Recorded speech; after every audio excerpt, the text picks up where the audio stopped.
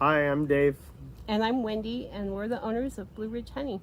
We're here to talk about swarms.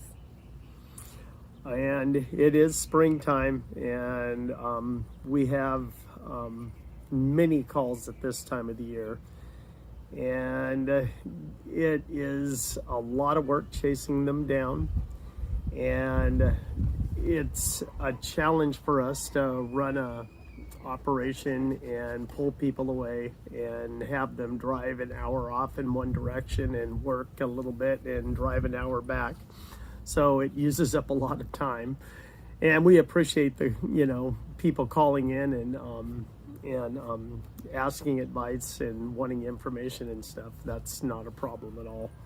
But we have started charging over the last several years to do swarm removal, and there's many reasons for that. And one of the main reasons is the bees that are in Southern California, the wild bees, tend to be a hybridized Africanized honeybee. And they're not a, most of them are not overly aggressive or anything, but a large portion of them are not manageable. And so they tend to be testy. And if I were to go and scoop up all these things and just start adding them into my operation and plopping these bees into drops, I would probably make ranchers very unhappy, and I would maybe even lose locations, because you can't walk around these bees, you can't ride your horse by, the tractors, everything. People tend to get stung. Most ranchers, get stung now and then, and they don't get bothered by it. But to be honest, I really don't have that much of a problem, because I requeen my bees all the time. And what requeening means, we actually buy bees that have already been mated, and we actually go in and kill our queens. It's a sad fact, but it's a necessity in Southern California.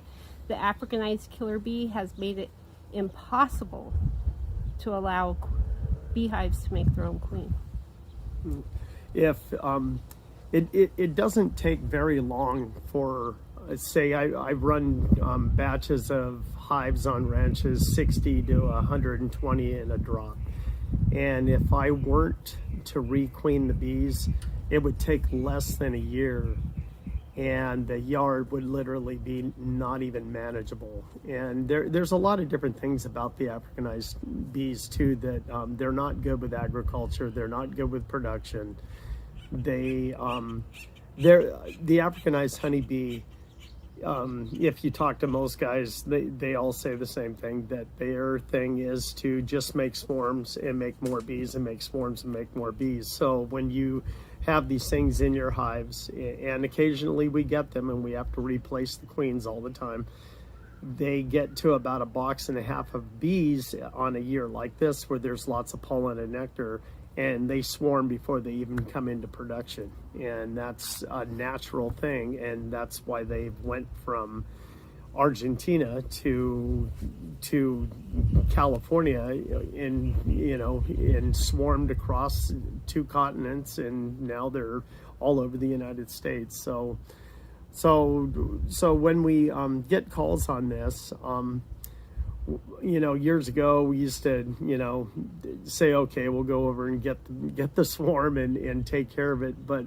another issue you have is that even though we replace the queens in these hives, Africanized bees do not accept European queens. It is very, very difficult. So when we're spending in between $25 and $40 a queen, and I put in it as I get Africanized bees in mine, in my own hives, all the time, but I stay on top of it and keep the genes of the bees calm, so I don't end up with a problem. But sometimes it takes up to 3 queens to requeen these things, because you'll put a European Italian honeybee is what we use. So I'll put an Italian queen inside the Africanized hive, and they'll kill the Italian queen. And so I have to take another frame of brood, which is baby bees, and set it inside the hive and put another queen in. And if there's still enough Africanized bees in there, they'll kill the queen again. And I'm not kidding you. So I've dumped $100 just in queens to replace, you know, the bad queens in these things. So it's a big job.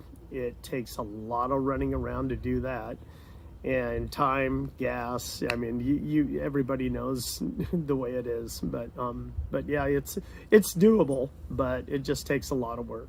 But so when we send out Donovan, my son, or I'll occasionally do it.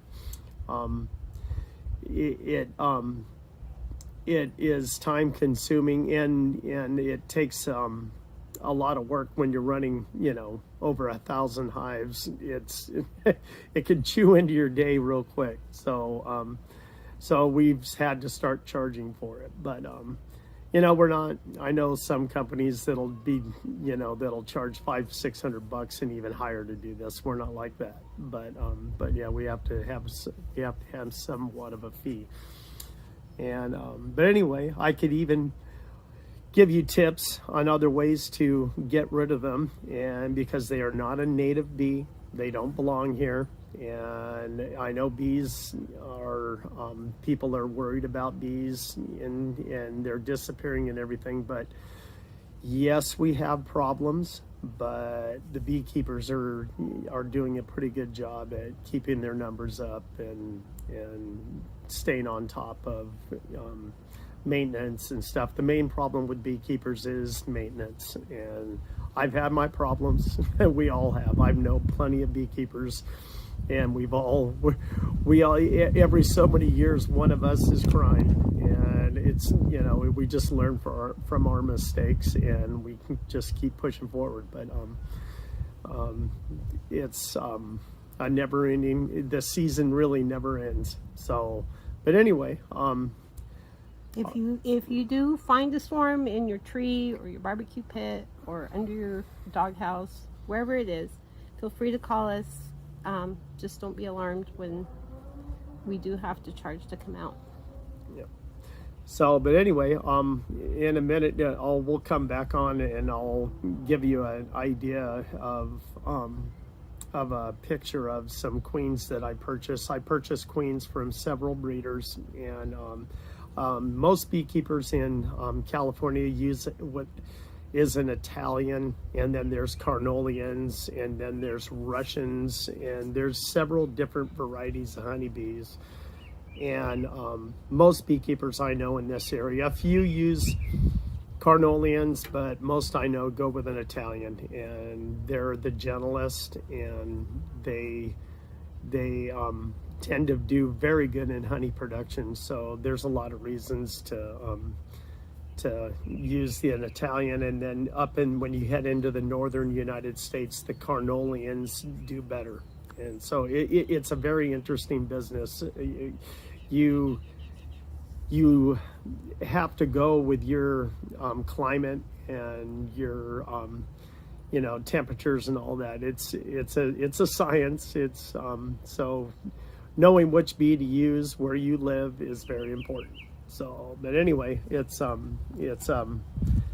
never-ending job. I replace every queen in every hive every year. So, and we'll be right back with some queens. Okay, these are Italian honeybees, and you can see I can put my hands all over them, and look, I'm not getting stung. So now you get the idea of gentle bees. And if I were to stick my hand inside of an Africanized beehive, these things would be all over me, tearing me to shreds and wanting to sting me in every single spot on my body. But these are Italian queens. I don't know if the camera will be able to show you.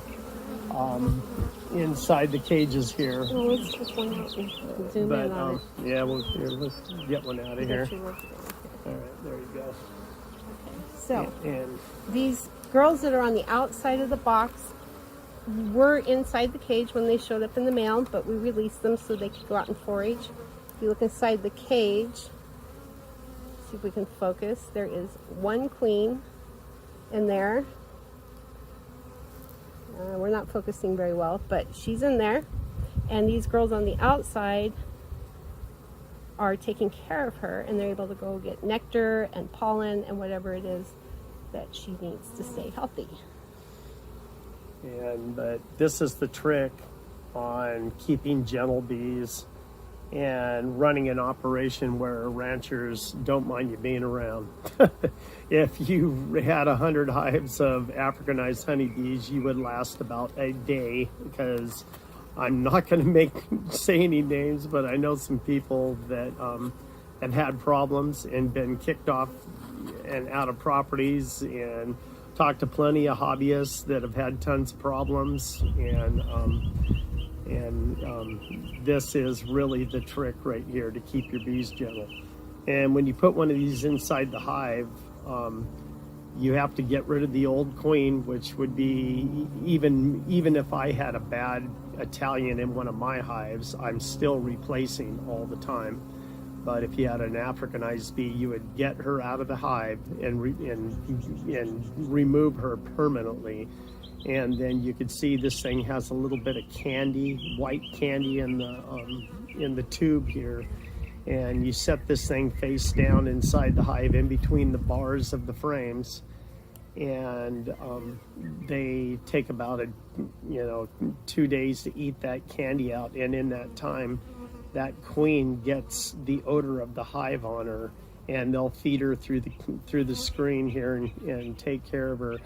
And then she'll emerge in 2 or 3 days. And then you don't disturb the hive. You disturb the hive, they can kill her. So you have to let her run around the hive for a good week before you really go in and take a peek. And they can take anywhere from 1 to 2 weeks before they start laying. I've seen them very slow, and then I've seen them lay within 2 days of getting out. It just depends, on conditions also.